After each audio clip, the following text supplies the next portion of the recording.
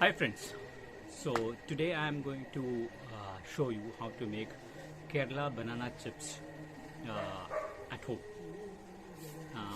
Though it is called banana chips, it's actually not banana, it is plantain.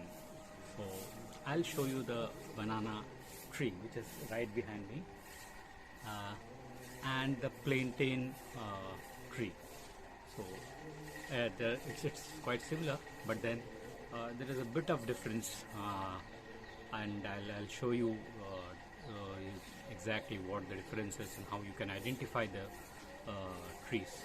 I'll show you how you can identify the plantain from a banana, normal banana. This is a plantain tree, and it is much slender. The stalk is much slender. The leaves are much slender than the normal banana tree, and the bananas are larger in size, with a very distinguishing tip, which is elongated at the end. I bought around 4 kgs of banana. These are raw banana. It's not at all ripe. You can see the green color, and I've got some water mixed with turmeric, haldi. Okay, so let's start with peeling off the skin. I'm putting a shallow slit on the skin of the banana and peeling it off. So that's how we're going to peel all the bananas, peeling all the skin. So I thought that I'll make the slits first, all at a time, and then I would peel it off. So I've got around 18 bananas in 4 kgs that I bought. So I've completed with the slitting. Now it is peeling time. Okay, fine. So we are peeling all the bananas, all the 18 bananas that we have, and putting it in the turmeric water. Turmeric helps in giving a slight yellow color, and also turmeric is known as a disinfectant, so it helps in 2 ways. So we are now removing all the skin. There are little peels that are remaining, but that we will remove later. So we are almost done with all the 18 bananas, and we will keep this for around 10 minutes.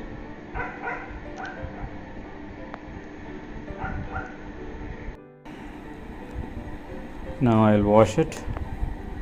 After keeping this, I've kept for around 15 minutes, 10-15 minutes, and then I washed and removed whatever skin was remaining, kept into a strainer so that the excess water is drained off.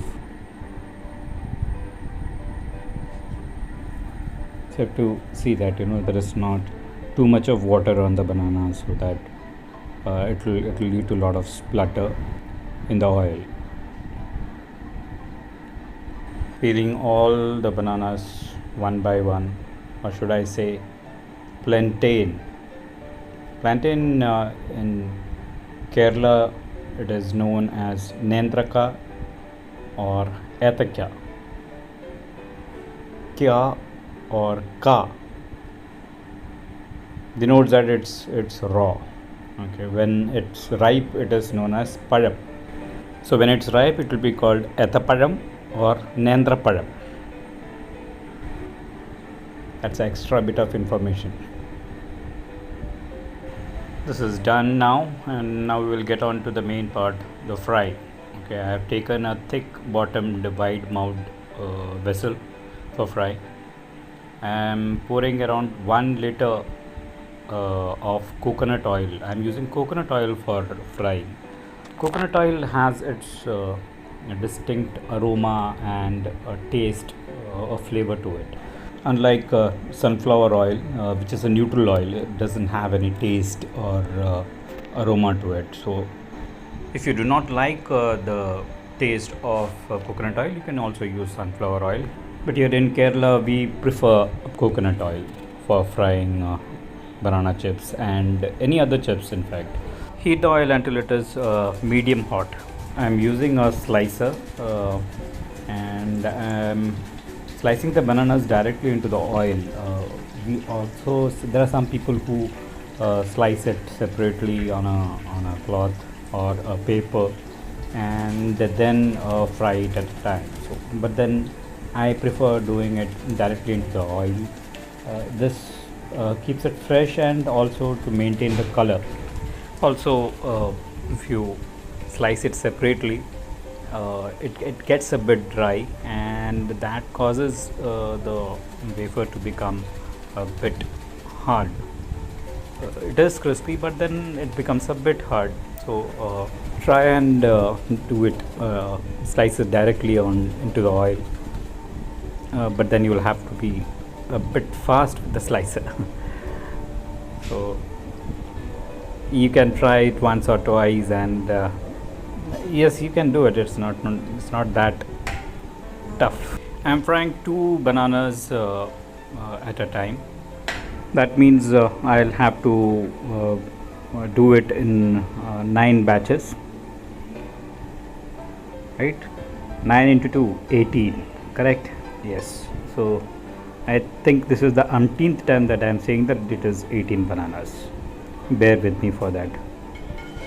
We will keep it stirring so that the chips does not stick to each other. There is another benefit of slicing the chips directly into the oil. It does not stick to each other, but still you will have to stir it so that if at all there are some chips which had fallen one over the other at the time of slicing, so that might stick to each other, so we will remove it like this. We will keep on frying till all the bubbles disappear, or rather it stops bubbling. Till that time we'll have to keep it stirring. So now you see that all the bubbles are gone, it's stopped bubbling, and you can hear to this, very crispy. It is done. Now the frying is over. Now what we'll have to do is we'll have to put some salt water, mix some salt into maybe half a cup of water, and mix it, and then sprinkle it on this chips directly on in the oil, so it will again start splattering. Fry it till all the spluttering goes away once again. Putting salt water directly into the oil will give that salty taste to the entire batch uniformly. Otherwise, if you take it out and then sprinkle some salt, it might not get into all the chips uniformly. So that is why we put salt into the oil itself. So this is done now, and now we can remove it from the oil. We will drain off the excess oil by putting it into a different. Oops, missed it. Well, I'm not going to throw it. It's quite precious. So there it is. I'll put it back into the strainer. No problem. It's my stove and the platform is quite clean, so nothing to worry.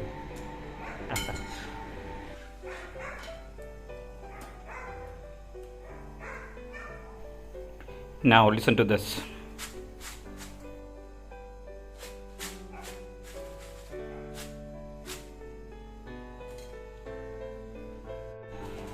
Second batch coming up.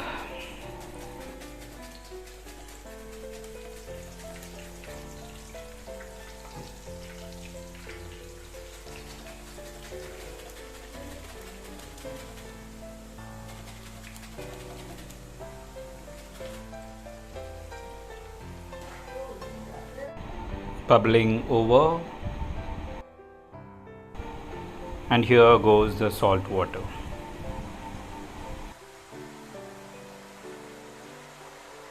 The story continues for 7 more times.